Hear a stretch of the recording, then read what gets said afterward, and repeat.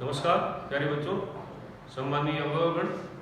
आज English grammar में हम टेंस से जुड़े हुए जो रूल्स हैं, नियम्स हैं, उनका अध्ययन करेंगे। हमने आगे जो टेंस के बारे में पढ़ा है, उनके जो 12 भाग हैं उनके बारे में पढ़ा। किस टेंस में कौन सी हेल्पिंग वर्ब आती है, कौन सी मेन वर्ब आती है। इसके अलावा पर्टिकुलर जो एडवर्ब्स हैं उनके बारे में भी हमने पढ़ा कि किस प्रकार से जो निश्चित एडवर्ब्स होती है उन्हें पहचान करके हमें टेंस का निर्धारण करना है और फिर उस वाक्य में क्रिया का सही रूप पढ़ना है। आज हम कुछ आगे इससे जुड़े हुए कुछ रूल्स देखते हैं।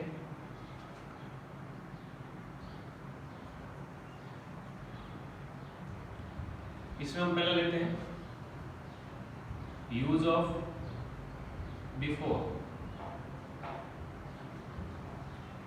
As connective word.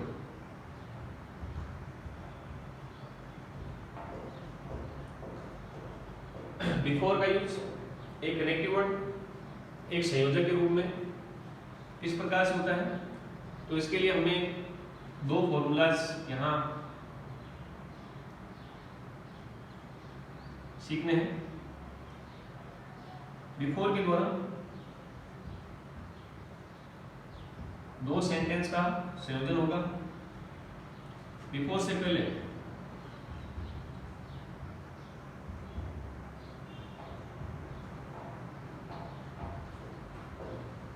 Past perfect tense और बिफोर के बाद पास्ट सिंपल टेंस।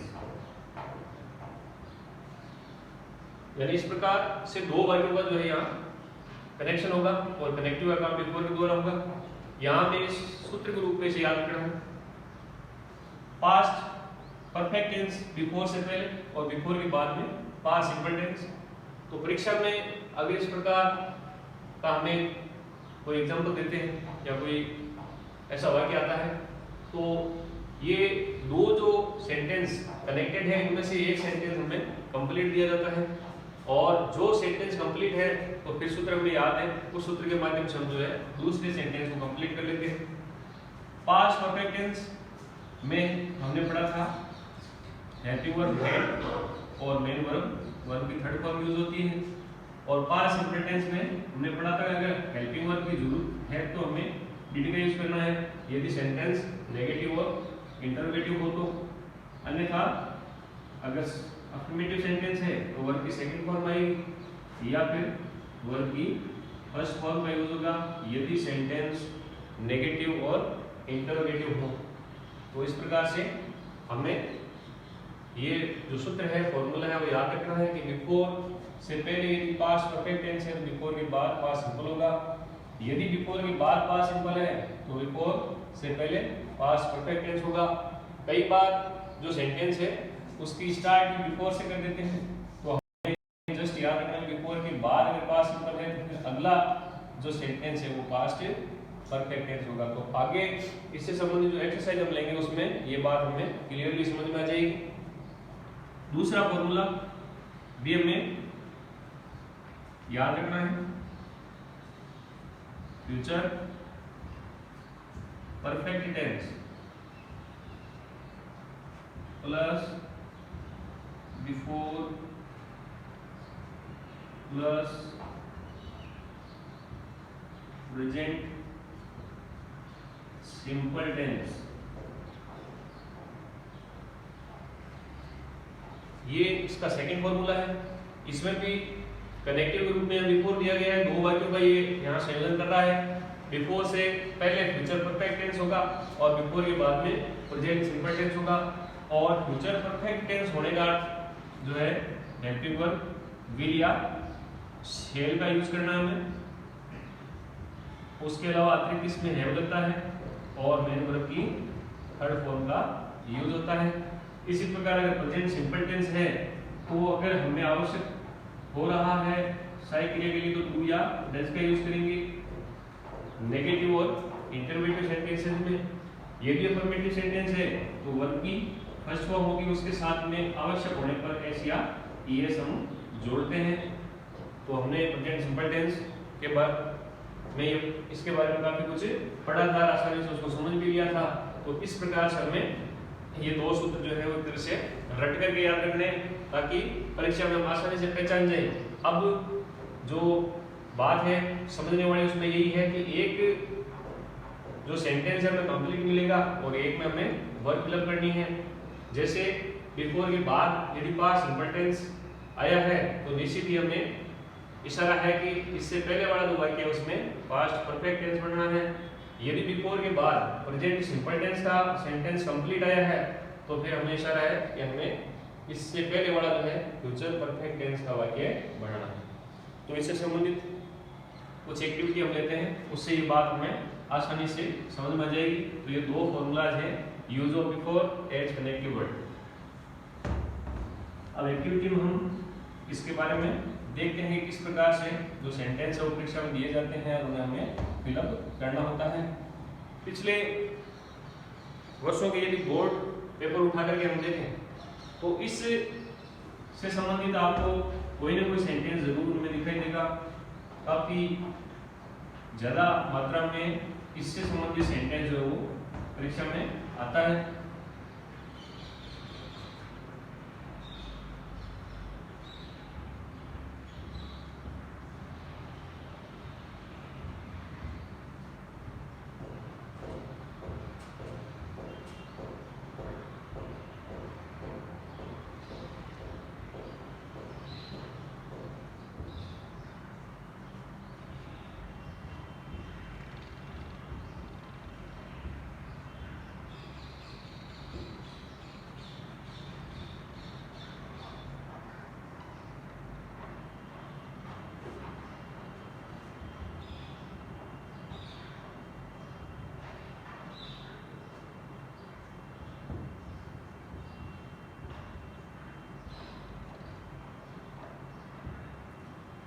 इस प्रकार से ये सेंटेंस है, Ramesh had completed his work before the teacher enter into the class.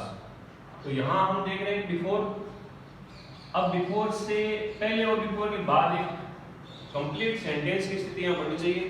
तो बिफोर से पहले हम देख रहे हैं कि यहाँ Ramesh had completed his work, एक कंप्लीट सेंटेंस की स्थिति यहाँ पर बन रही है। बिफोर के बाद फिर हम देख रहे हैं टीचर, एंटर यहाँ वर्ब है, इनटू द क्लास। तो एक पूरा सेंटेंस यहाँ पे बनने की पूरी संभावना है। तो हम जो हमने फॉर्मूला याद कर रखा है उससे मैच करेंगे कि कौन सा है, फर्स्ट है या सेकंड है। तो हमने जो फॉर्मूला याद किया था उसमें बिफोर से पहले यदि पास्ट परफेक्ट टेंस हो तो बिफोर के बाद वाला पास्ट सिंपल टेंस बनता है। यहाँ जो इंडिकेटिव वर्ड है हमारे पास जो इशारा कर रहा है वो यही बता रहा है कि हमें जो है वो अफर्मेटिव सेंटेंस यहाँ तैयार करना है। और हमने पास्ट सिंपल टेंस का अफर्मेटिव सेंटेंस का जो वाक्य उसमें पढ़ा था कि उसमें वर्ब की सेकंड फॉर्म आती है। तो यहाँ जो है एंटर्ड भरा जाएगा। अब इसी में ही हम एक चीज और क्लियर कर लेते हैं कि यदि हम देखते हैं कि यहाँ ये कंप्लीट आया हो,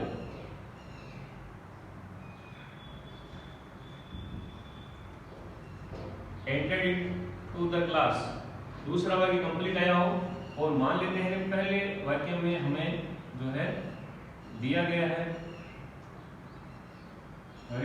रिक्त स्थान दिया गया है और यहाँ आपको वर्ब दी है कंप्लीट। तो बिफोर के बाद जो सेंटेंस है वो कंप्लीट है और कौन से टेंस का है, पास्ट सिंपल टेंस का है, वर्ब की सेकंड फॉर्म आई है। तो सूत्र के हिसाब से इससे पहले वाला जो वाक्य है वो पास्ट परफेक्ट टेंस का बनेगा और पास्ट परफेक्ट टेंस का बनाने के लिए हमें वर्ब हेड लेनी है और कंप्लीट की थर्ड फॉर्म आ जाएगी कंप्लीटेड। तो इस प्रकार से हम इस वाक्य को पूरा कर लेंगे।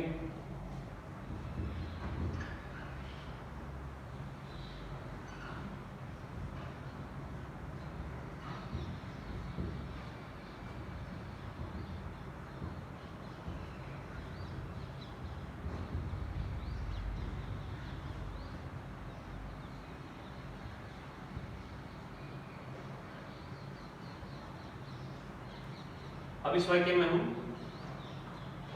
क्रिया का सही रूप पढ़ने का प्रयास करते हैं। तो हमने सबसे पहले देखा बिफोर। बिफोर आते ही हमें एक बार use of before as connective word के जो हमने फॉर्मूला पढ़े हैं उन पर हमारा ध्यान जाना चाहिए। बिफोर के बाद हम देख रहे हैं the police came, subjective case के रूप में यहाँ पुलिस है और केम वर्ब की सेकंड फॉर्म है, तो यहाँ पास्ट सिंपल टेंस बन रहा है, पास्ट सिंपल टेंस बन रहा है तो बिफोर से पहले वाला जो वाक्य है वो पास्ट परफेक्ट टेंस का होगा। तो हेल्पिंग वर्ब हैड और रन की third form run rain run.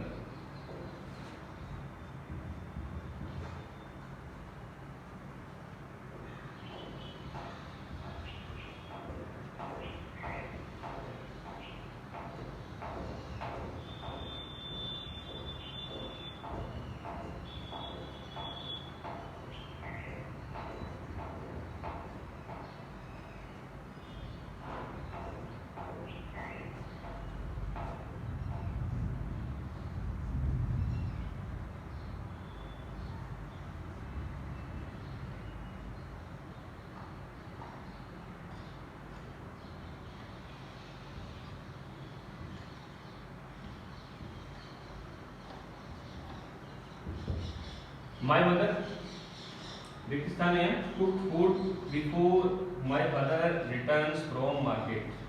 तो यहाँ भी हमने नोट किया कि बिफोर का यूज है और बिफोर से पहले एक सेंटेंस है कंप्लीट होगा और बिफोर के बाद वाला कंप्लीट दिया गया है my father returns from market. तो यहाँ इस वाक्य की जो स्ट्रक्चर है संरचना है उसे हम देखते हैं। तो हम यहाँ देख रहे हैं रिटर्न्स वर्ब की फर्स्ट फॉर्म के साथ एस लगा हुआ है, तो निश्चित ही ये प्रेजेंट सिंपल टेंस है। प्रेजेंट सिंपल टेंस होने के कारण हम जो है बिफोर के यूज वाला सेकंड फॉर्मूला यहाँ पर यूज करेंगे, क्योंकि हमने पढ़ा है बिफोर के बाद यदि प्रेजेंट सिंपल टेंस है तो बिफोर से पहले वाला जो वाक्य है वो फ्यूचर परफेक्ट टेंस का बनेगा। तो यहाँ माय मदर के लिए हम हेल्पिंग वर्ब विल लेंगे, एक्स्ट्रा हैव लगता है और कुक की थर्ड फॉर्म कुक्ड होती है। तो इस प्रकार से ये वाक्य कंप्लीट हो जाएगा।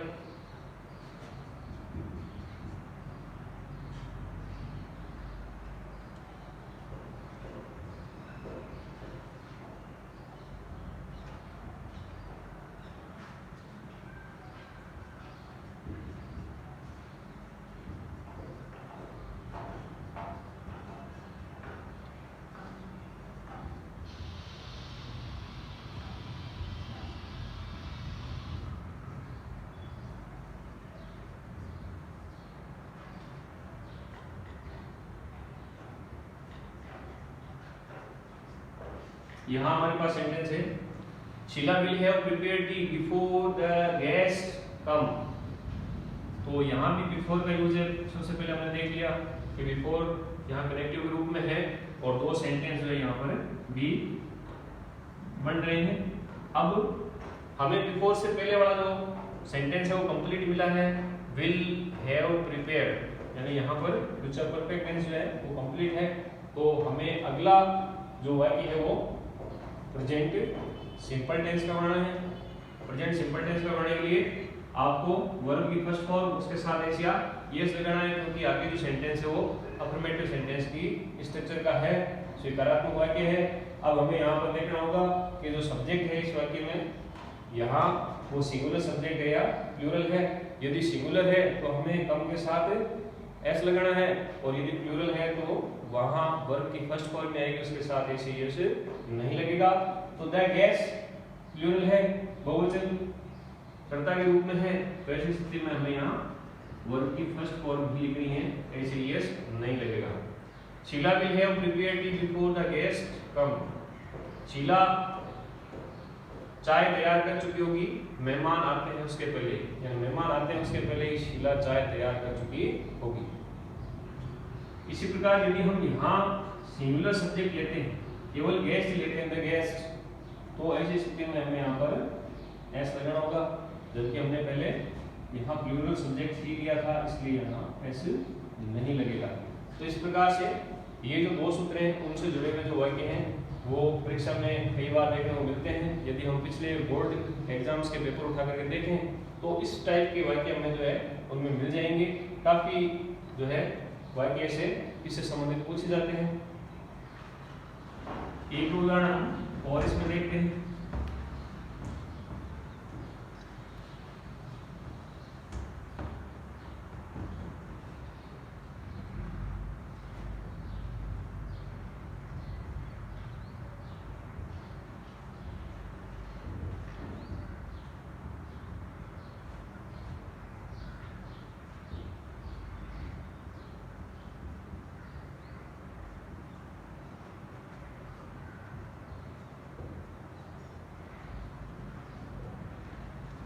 ये सेंटेंस है the thief catch before the police केम। तो हमने सबसे पहले यहाँ देखा बिफोर का यूज है, the police came past simple tense है, तो यहाँ पास्ट परफेक्ट टेंस बनेगा, पास्ट परफेक्ट टेंस बनेगा द थीफ कैच।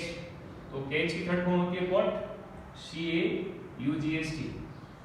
अब यहाँ आपको एक बात का ध्यान रखना है कि कई बार जो है वाक्य एक्टिव वॉइस के अंदर देकर के कई बार पैसिव वॉइस का वाक्य भी दे दिया जाता है। एक्टिव और पैसिव का हमें ध्यान रखना होता है। द थीफ कैच, कैच का अर्थ पकड़ना। तो अगर हम यहाँ जल्दबाजी में हेड कोट करते हैं तो ऐसी स्थिति में इस वाक्य की जो हिंदी है या इस वाक्य का जो हिंदी उच्चारण है वो यहाँ हमें गलत प्रतीत होगा। The thief had caught before the police came. Police आई उसके पहले ही चोर पकड़ चुका था।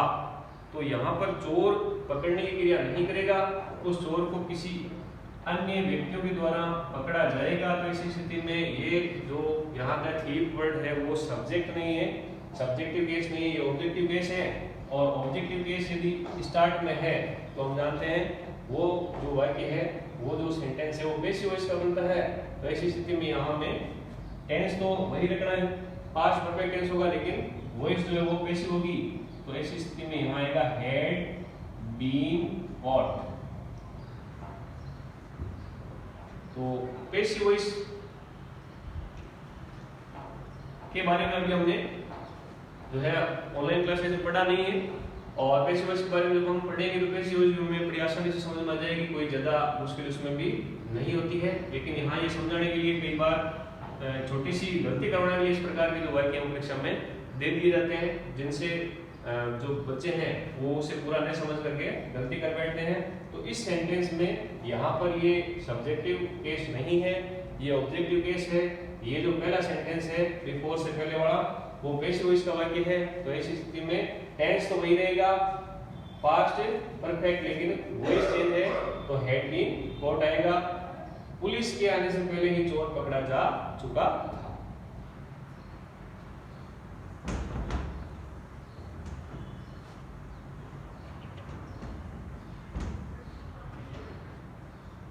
एक वाक्य हम और लेते हैं।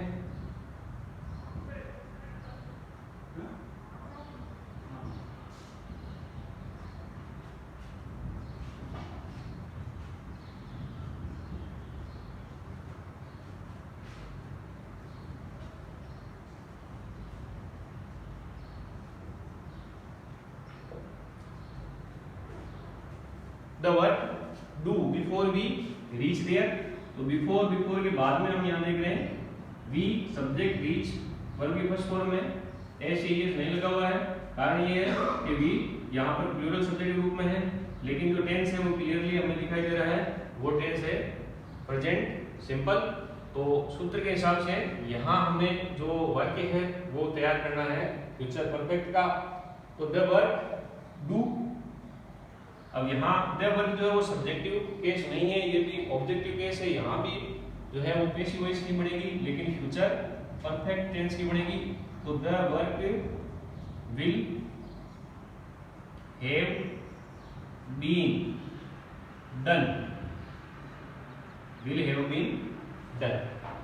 फ्यूचर परफेक्ट टेंस जो पैसिव वॉइस हम पढ़ाते हैं उसमें will have been extra, have और बीन एक्स्ट्रा लगता है और मेन वर्ब की थर्ड फॉर्म की आती है। तो यहाँ पर होगा will have been done before we reach there, हम वहां पहुंचते हैं उसके पहले ही काम किया जा चुका होगा।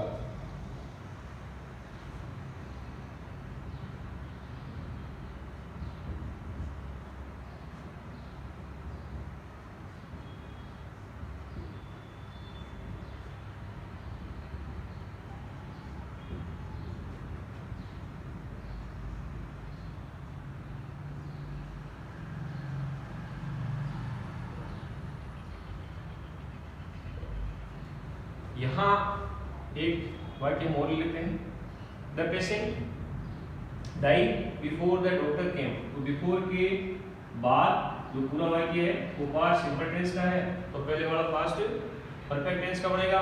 द पेशेंट डाई, डाई का अर्थ मरना, तो यहाँ पर ये सब्जेक्ट के रूप में सब्जेक्टिव केस है, तो ऐसी स्थिति में यहाँ पर एक्टिव वॉइस का वाक्य ही है, तो हम एक्टिव वॉइस के वाक्य के हिसाब से हेल्पिंग वर्ब हेड लेंगे और मेन वर्ब की थर्ड फॉर्म आएगी had died before the doctor came. Doctor आया उसके पहले ही मरीज मर चुका था। तो इस प्रकार से वेरी इंपॉर्टेंट ये जो है बिफोर का यूज है, अच्छी तरीके से जो दो इसके सूत्र बनते हैं वो हमारे दिमाग में रहने चाहिए। इससे संबंधित कोई भी सेंटेंस यदि आता है तो फिर उसमें गलती होने के चांसेस कम हो जाएंगे। तो ये यूज हमने देखा था बिफोर का।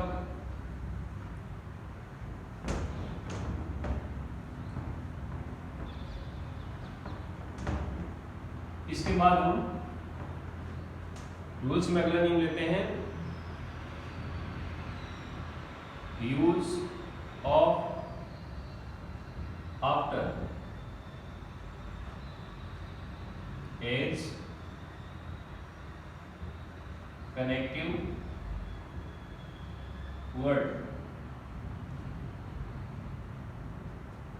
आफ्टर का यूज भी कई बार एग्जाम्स में दिया जाता है, तो इसका भी हमें जो है ध्यान होना जरूरी है, हमारे नॉलेज में चीज रहनी चाहिए। यहाँ आपको केवल एक ही इसका सूत्र जो है वो याद रखना है, बिल्कुल आसान है। पास्ट सिंपल टेंस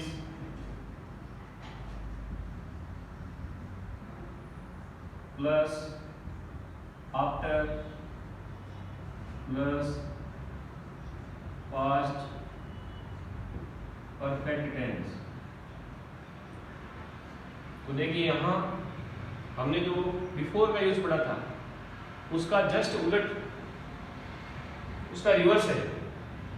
बिफोर में हमने जो फर्स्ट फॉर्मूला पढ़ा था उसमें यहाँ बिफोर यदि होता है तो इस साइड में हमने पास्ट सिंपल लिया था और इस साइड में हमने पास्ट परफेक्ट लिया था। लेकिन आफ्टर का यूज होता है तो हमें बिफोर का रिवर्स याद रखना है कि यदि आफ्टर है तो पहले पास्ट सिंपल टेंस का वाक्य होगा और उसके बाद में आफ्टर के बाद पास्ट परफेक्ट टेंस का वाक्य होगा। तो इससे जो है आफ्टर का या बिफोर का एक फॉर्मूला यदि हमें याद है तो हम जो है दूसरे को आसानी से दिमाग में रख सकते हैं।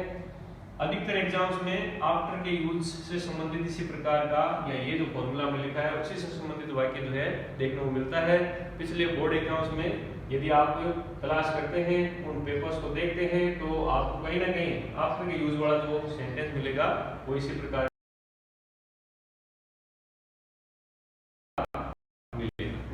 जो है सूत्र है।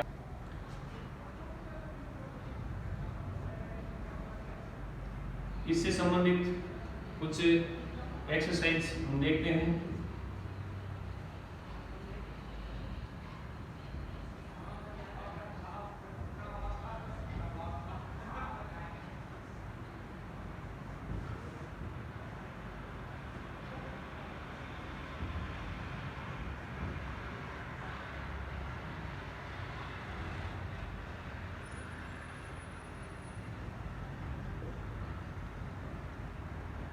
He went away after his father come। तो यहाँ हम देख रहे हैं कि आफ्टर का यूज है और आफ्टर से पहले यहाँ वेंट वर्ब की सेकंड फॉर्म में मेरे पास सिंपल टेंस यहाँ पर यूज में आया है आफ्टर, और उसके बाद सूत्र के हिसाब से मैं अगला जो वाक्य है वो पास्ट परफेक्ट का पूरा करना है। तो हिज फादर हैड कम केम कम। यहाँ इस वाक्य की हिंदी है उसके पिताजी आ गए या उसके पिताजी के आ जाने के बाद वह चला गया।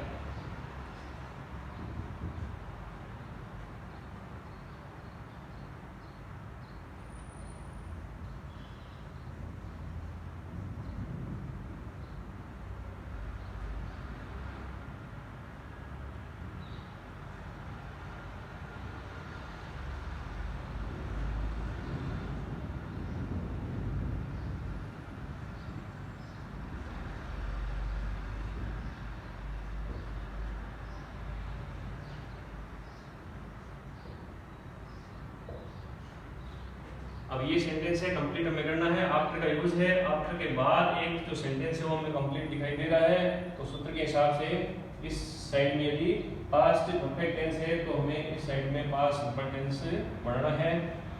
तो पास्ट सिंपल टेंस पढ़ने के लिए स्वीकारात्मक वाक्य की स्थिति दिख रही है, वर्ब की सेकंड फॉर्म लेनी है। The doctor came after the patient had died, मरीज के मर जाने के बाद डॉक्टर आया।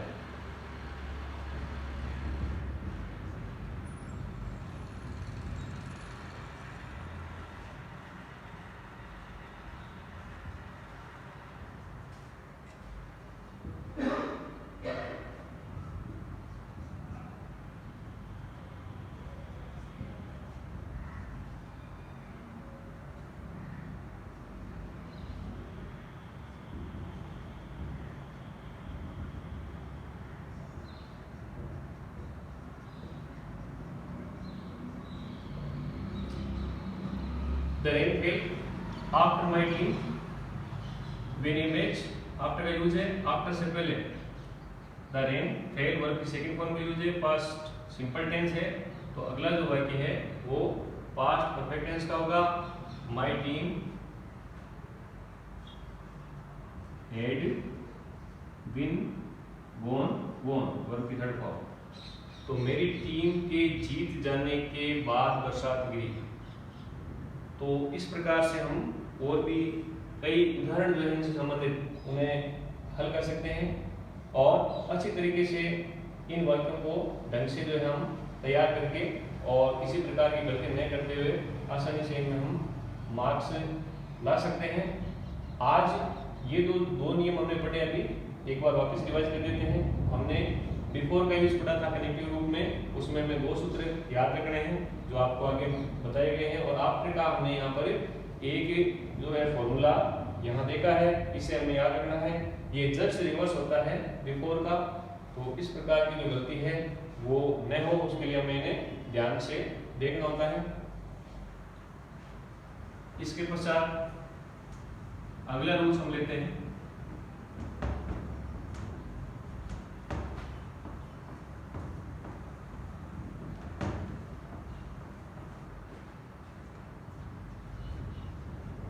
अगला नियम है हमारा कि यदि यूनिवर्सल ट्रुथ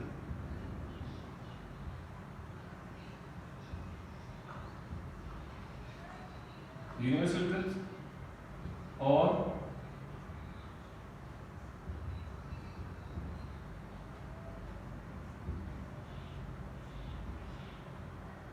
साइंटिफिक फैक्ट दिए गए हो।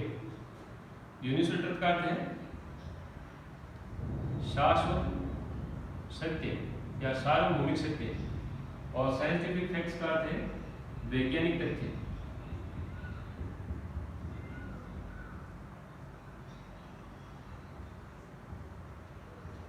तो यदि शाश्वत सत्य के वाक्य हैं या फिर वैज्ञानिक तथ्य जो है जो प्रमाणिक है, इस प्रकार के वाक्य यदि आते हैं तो वो जो सेंटेंस है वो हमेशा प्रेजेंट सिंपल टेंस का बनेगा। प्रेजेंट सिंपल टेंस का बनेगा, और अधिकतर हम देखेंगे मोस्टली जो है अफर्मेटिव सेंटेंस इसके आते हैं, और अफर्मेटिव सेंटेंस आने का अर्थ है कि आपको वर्ब की फर्स्ट फॉर्म का यूज करना है, उनके साथ एस या ईएस लगते हैं। यदि नेगेटिव सेंटेंस आते हैं तो हेल्पिंग वर्ब डू या डज का यूज करना है, और जब हेल्पिंग वर्ब डू या डज का यूज हो रहा है तो इसी स्थिति में वर्ब की फर्स्ट फॉर्म उस वाक्य में आएगी। अब इससे संबंधित हम जो है एक्सरसाइज यहाँ देखते हैं।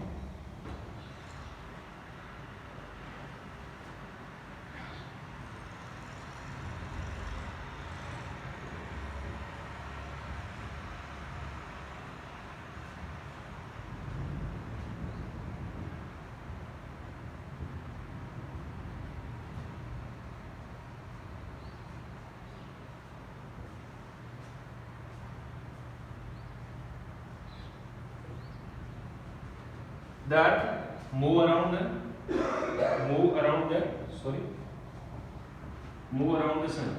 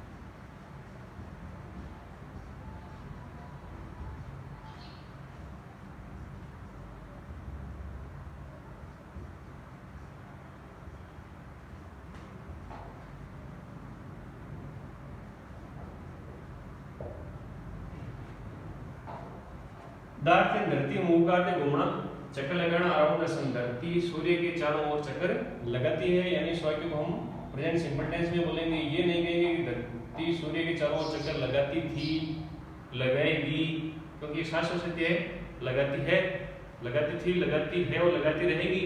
लेकिन इस वाक्य को अगर हमें बोलना है, कहना है, तो हम इसे प्रेजेंट सिंपल टेंस में रखेंगे, क्योंकि ये शाश्वत सत्य है। उदाहरण सिंगुलर सब्जेक्ट है। अब आपको मूव के साथ एस एरियस लगाना है, एस लगेगा। उदाहरण मूव्स अराउंड द सन। इसी प्रकार से द सन राइज का अर्थ उदय होना, इन द ईस्ट यानी पूर्व दिशा में, सूर्य पूर्व दिशा में उदय होता है, यानी प्रेजेंट सिंपल टेंस बनेगा। द सन सिंगुलर है, राइज के साथ आपको एस लगाना है, राइज इन द ईस्ट। इसके बाद द वाटर बॉइल का अर्थ उबलना एट 100 डिग्री सेंटीग्रेड। पानी जो है 100 डिग्री सेंटीग्रेड पर उबलता है। साइंटिफिक फैक्ट है, वैज्ञानिक तथ्य है, प्रमाणिक है। तो ऐसी स्थिति में इसको भी हम प्रेजेंट सिंपल टेंस में रखेंगे। द वाटर सिंगुलर सब्जेक्ट के रूप में यहाँ पर है, तो हम एस लगाएंगे, बॉइल्स। इसके बाद the stars twinkle at night, तारे या सितारे, ट्विंकल का अर्थ है टिमटिमाना या चमकना, एट नाइट एंड रात्रि के समय। तो हम बोलेंगे कि जो तारे हैं वो रात्रि के समय चमकते हैं। यहाँ पर द स्टार्स प्लूरल सब्जेक्ट के रूप में है, सिंगुलर नहीं है, प्लूरल सब्जेक्ट के रूप में है, तो आपको ट्विंकल के साथ कोई भी एस या ईएस नहीं लगाना है। इसके बाद गॉड हेल्प दोज, भगवान सहायता करता है, दोज उनकी, हु हेल्प देमसेल्व्स, जो अपने स्वयं की सहायता करते हैं। तो वाक्य बनेगा भगवान उनकी सहायता करता है जो स्वयं की सहायता करते हैं। तो गॉड सिंगुलर सब्जेक्ट रूप में है, यहाँ पर आपको हेल्प के साथ एस लगाना है। और यहाँ जो सब्जेक्टिव केस है वो हु है, लेकिन ये हु किस पर डिपेंड कर रहा है, दोज पर। दोज यहाँ पर प्लूरल सब्जेक्ट रूप में है, तो ये जो हु है जिसका अर्थ निकल रहा है जो, ये भी यहाँ पर प्लूरल सब्जेक्ट रूप में है और प्लूरल सब्जेक्ट रूप में है, इसलिए हमें यहाँ पर बहुवचन कर्ता होने के कारण एस या ईएस लगाने की आवश्यकता नहीं है। तो वाक्य बन गया God helps those who help themselves. तो आज इस कक्षा में हमने यहाँ पर 3 जो नियम है वो पढ़ लिए हैं। एक बार मैं वापस रिपीट करता हूँ। आज हमने पढ़ा था यूज ऑफ बिफोर, उसके 2 फॉर्मूलाज हैं, उन्हें हमें जो है ढंग से याद करना है। फिर इसके बाद हमने अगला नियम पढ़ा था यूज ऑफ आफ्टर, उसका एक फॉर्मूला जो है वो हमें इसी तरीके से याद होना चाहिए। इसके बाद हमने अगला नियम पढ़ा था जो यूनिवर्सल ट्रुथ के वाक्य हैं या जो साइंटिफिक फैक्ट्स हैं, वैज्ञानिक तथ्य हैं, वो प्रेजेंट सिंपल टेंस के ही बनते हैं। इस प्रकार के जो सेंटेंस है वो भी एग्जाम्स में दिए जाते हैं। और ये आशा हम करते हैं कि इन वीडियोस के माध्यम से आपकी तैयारी जो है अच्छे से हो रही होगी। अगर आपको किसी प्रकार के कोई सुझाव देने हैं तो कमेंट बॉक्स में आपका स्वागत है। हमारा जो चैनल है उसे अगर आपने अभी तक सब्सक्राइब नहीं किया है तो उसे सब्सक्राइब करें और उसी के पास में जो बेल आइकन है उसे भी दबाएं, ताकि आपको तुरंत हमारा वीडियो जो है अपलोड होते ही जो है आपको उसका नोटिफिकेशन मिल जाए। एक बार फिर आप सबको धन्यवाद। जय हिंद, जय भारत।